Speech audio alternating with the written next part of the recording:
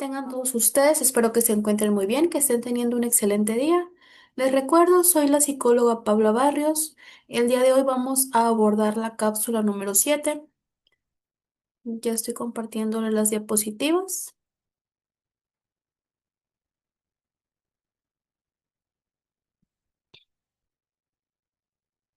Para empezar, el pensamiento humano no se desarrolla solo observando o recordando hechos. También se necesita comparar, relacionar, establecer nexos entre ellos. Estas tres operaciones cognitivas constituyen la base del razonamiento lógico, de la comprensión de significados y de la construcción de conocimientos. Cuando comparamos, analizamos similitudes y diferencias. Cuando relacionamos, descubrimos conexiones funcionales o causales, y al formar estos nexos, contracturamos una red coherente de ideas que explican la realidad. Desde el aprendizaje infantil hasta una investigación científica, la mente organiza el mundo a través de comparaciones y de relaciones. Entender un concepto nuevo implica asociarlo con otro conocimiento previo que ya se tiene. Por eso, desarrollar esas habilidades no solamente mejora el rendimiento académico, sino también la capacidad de análisis, de síntesis, argumentación y pensamiento crítico. Entonces, en este tema abordaremos la definición, tipos, los procesos mentales implicados y ejemplos aplicables en las distintas áreas del conocimiento. Abordaremos el tema de comparación y establecimiento de semejanzas, la relación y la formulación y proposición de nexos. Bueno, la comparación como herramienta de pensamiento. La comparación es una operación intelectual mediante el cual un sujeto examina dos o más elementos para identificar semejanzas, diferencias, equivalencias o contrastes. Es una habilidad cognitiva básica, pero también es una de las más complejas, porque exige observar, analizar y abstraer y emitir juicios. Desde la perspectiva psicológica, la comparación nos permite ordenar la información, clasificar objetos y formar conceptos. En la educación, este proceso ayuda a comprender conceptos abstractos a través de ejemplos concretos, comparar culturas, ecosistemas, estilos literarios o procesos históricos. Sin la comparación, el pensamiento se volvería fragmentado, ya que no podríamos establecer relaciones lógicas ni reconocer patrones entre hechos o ideas. Por ello, enseñar a comparar no es solamente pedir a los estudiantes que noten las diferencias como tal, sino que aprenda a fundamentar sus juicios con criterios claros y que sean verificables. ¿Qué procesos cognitivos podemos encontrar en la comparación? Comparar no es una acción espontánea, se requiere de una secuencia ordenada de pasos mentales. Se necesita primero de esta atención focalizada. El sujeto dirige su atención hacia los elementos que va a analizar.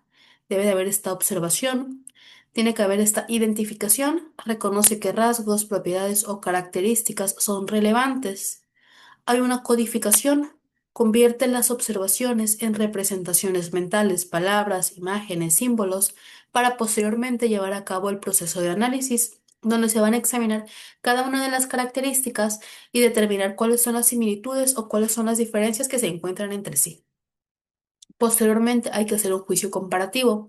Concluyen si los elementos son equivalentes, son diferentes o son complementarios. A nivel cognitivo, este proceso activa tanto la memoria del trabajo como el razonamiento analítico y la metacognición, porque el sujeto evalúa su propio proceso de comparación. Este ciclo mental permite generar una comprensión que sea más profunda y que esté estructurada del conocimiento.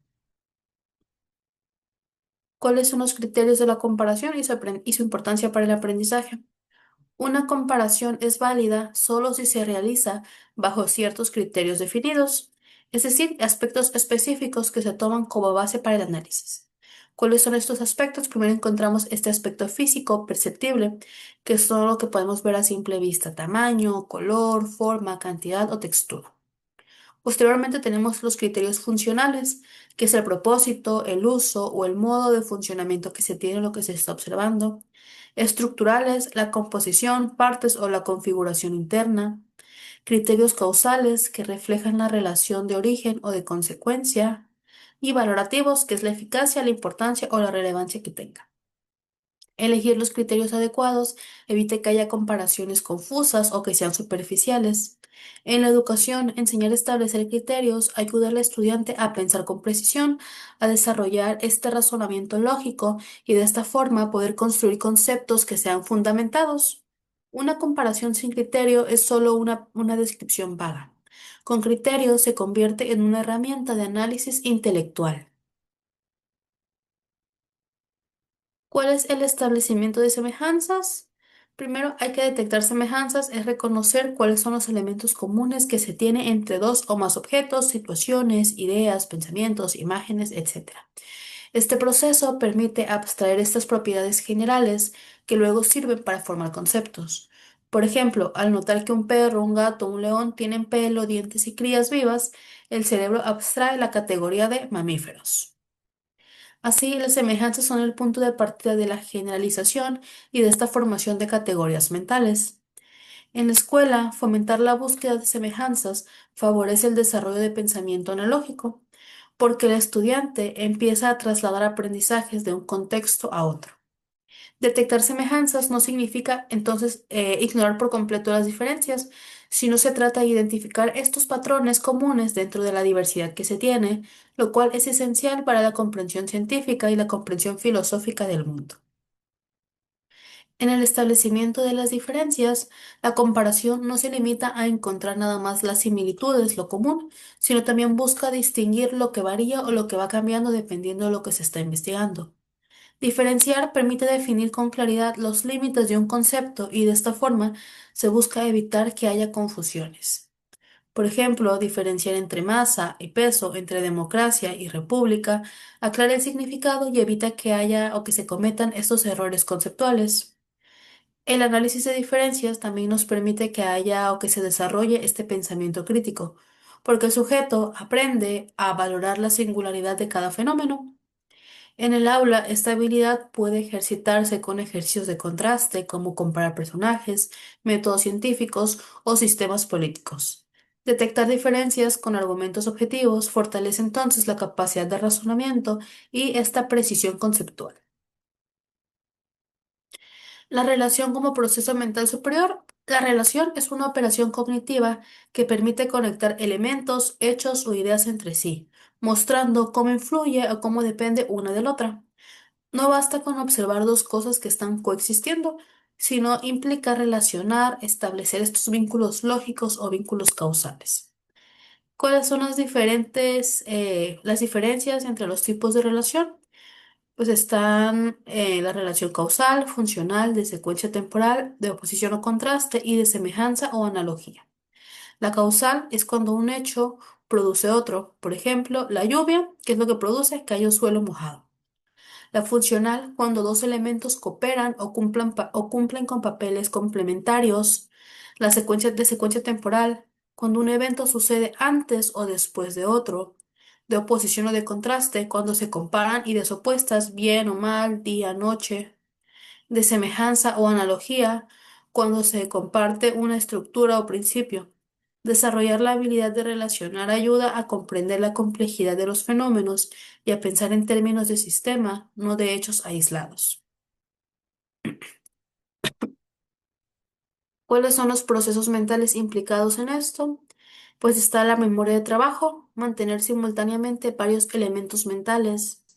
La atención sostenida, focalizar en las conexiones relevantes, el razonamiento lógico, establecer coherencia entre causa y efecto, este pensamiento analógico, transferir estructuras de un caso a otro, y el lenguaje, expresar los vínculos mediante palabras, símbolos o gráficos.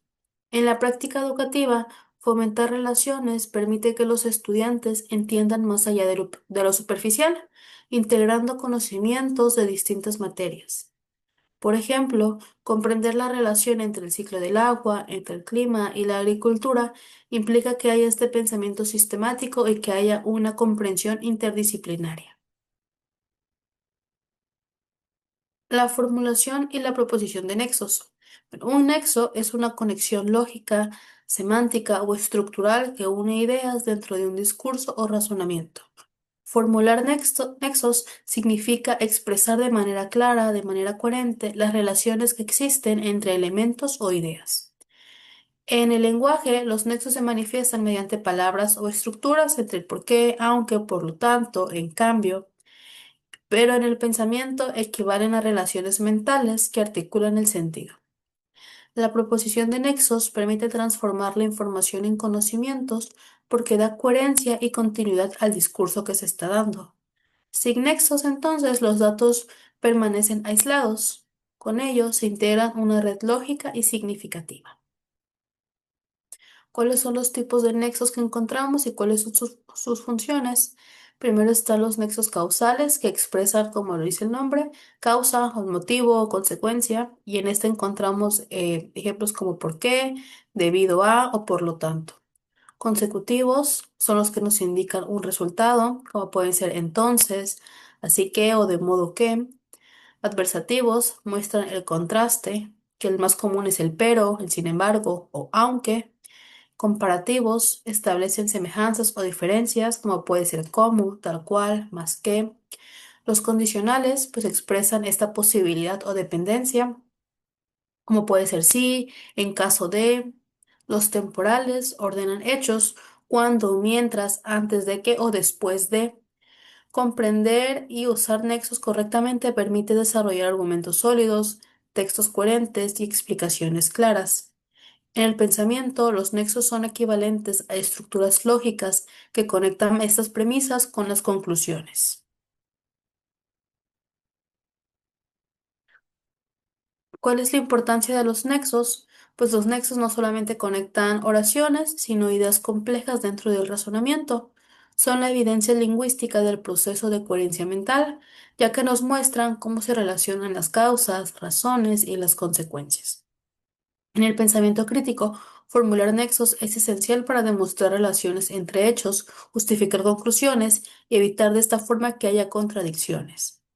Por ejemplo, un estudiante que usa nexos correctamente puede explicar con claridad por qué una hipótesis tiene sentido o por qué una causa produce un efecto. El uso adecuado de los nexos en la argumentación va a ayudar a mejorar esta comprensión lectora, a mejorar la escritura y la exposición oral. ¿Qué relación encontramos entre la comparativa y la relación de nexos? Aunque parecen procesos distintos, comparar, relacionar y formular nexos son tres fases de un mismo movimiento mental. La comparación nos ayuda a identificar semejanzas y diferencias. La relación nos establece cómo estos elementos interactúan, mientras que los nexos nos ayudan a expresar estas conexiones de manera lógica y comunicativa. En conjunto, forman la base del pensamiento estructurado y coherente. Por ejemplo, en una investigación, primero se comparan casos, después se relacionan las variables y finalmente se formulan estos nexos, lo que puede ser la fase descriptiva, analítica y posteriormente la fase explicativa. Comprender esta secuencia ayuda a organizar la mente y a comunicar con claridad lo aprendido. Aquí hay algunos ejemplos que los encontramos, estas tres fases de comparar, relacionar y formular nexos, pues en nuestra vida diaria y también lo hacemos en cierta manera de forma inconsciente. ¿Cuáles son los beneficios entonces de desarrollar estas habilidades? Pues nos van a ayudar a favorecer la comprensión profunda de los contenidos, permite establecer puentes entre disciplinas y aprendizajes previos, fortalecen la argumentación y la expresión verbal y escrita, y mejora la capacidad de análisis, síntesis y razonamiento lógico. Incrementan la autonomía cognitiva porque el estudiante aprende a pensar por sí mismo, y estos son la base del pensamiento científico, crítico y creativo. ¿Qué estrategias podemos encontrar? Pues la utilización de mapas de semejanzas y diferencias, elaborar tablas comparativas de conceptos, procesos o personajes, fomentar el uso de conectores lógicos, proponer ejercicios donde el alumno relacione causa y consecuencia, analizar errores comunes que se encuentran en la comparación o argumentación que sean incoherentes y realizar debates donde se deba justificar con nexos sus ideas, donde se tenga que usar nexos como por qué, sin embargo, por lo tanto, pues que los ayude a identificar estos. ¿Cuáles son los errores que pueden existir? Confundir la semejanza con identidad creyendo que dos cosas similares son iguales. Comparar sin criterios definidos basándose en impresiones subjetivas. Relacionar hechos sin que haya esta evidencia. Usar nexos sin coherencia lógica. No distinguir entre correlación y causalidad. Para evitarlo, se recomienda usar criterios claros, ejemplos y lenguaje preciso. Como comentaba, pues esta aplicación se puede dar en todas las áreas, en ciencia, psicología, sociología y en la vida profesional, también en la vida personal. Entonces, comparar, relacionar y formular nexos son procesos interdependientes que permiten construir este conocimiento sólido. Gracias a ellos, la mente transforma información aislada en redes de sentido, desarrolla juicio crítico y genera que haya una comprensión profunda. En la educación, enseñar estas habilidades significa formar personas capaces de pensar con lógica, argumentar con fundamento y comunicar con claridad. En la vida cotidiana son el soporte de la reflexión, el diálogo y la toma de decisiones racionales. Pensar comparando y relacionando es, en última instancia, pensar inteligentemente. Esto ha sido todo por mi parte. Esta fue la cápsula número 7. Les recuerdo, soy la psicóloga Paula Barrios. Muchas gracias por su atención.